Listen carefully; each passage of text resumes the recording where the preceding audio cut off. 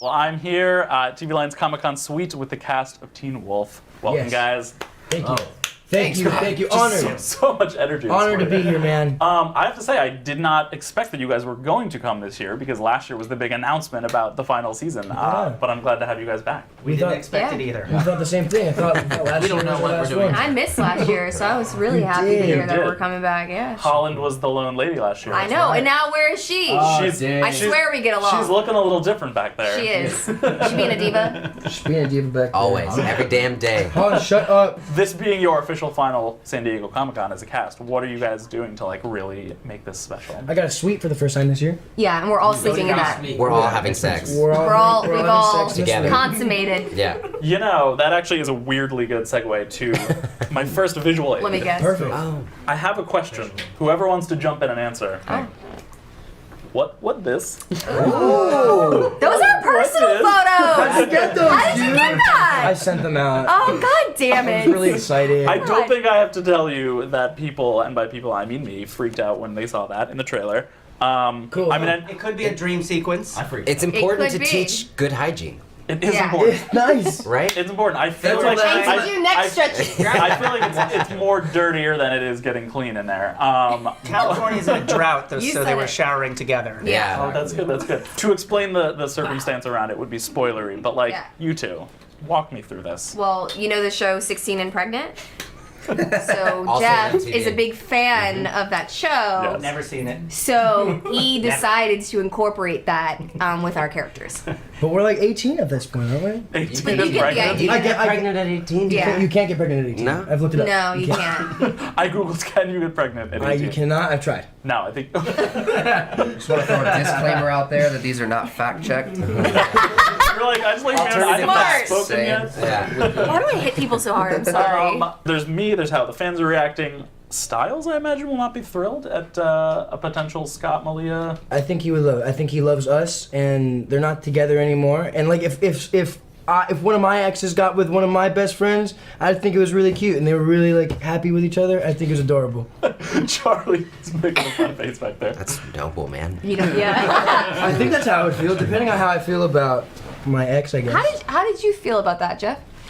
I thought it started to feel like a natural progression to the relationship. And it was the last season of the show, and some things you want to do in the last season are try new things, go down paths that you've never gone down before. What relationships haven't we seen? Who haven't we killed?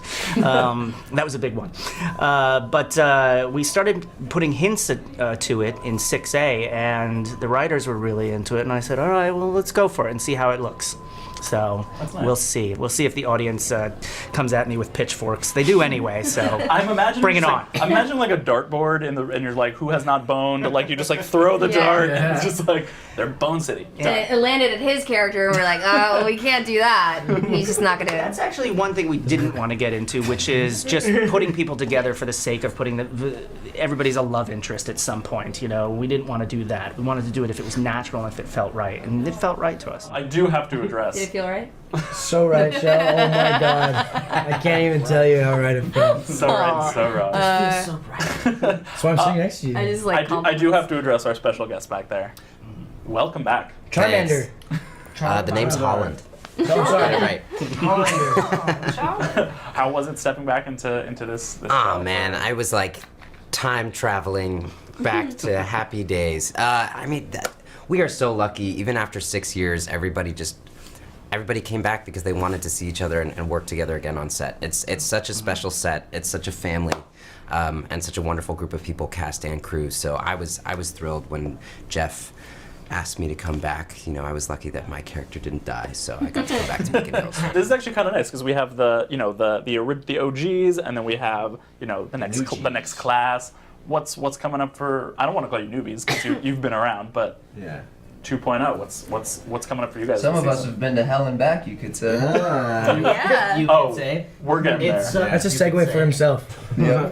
Yeah. That's good. No, a lot of cool things are going on for the new characters. It's just my character in specifics. I think he's like really in the group, which is dope. And just like a part of it and trying to like fight crime with them. So that's really cool. Starting as an outsider, being like part of the supernatural crew, even though I'm human. Yeah. Yeah, it's Kylan dope. also has one of my favorite relationships on the show. Mason Yeah. and Corey. Corey.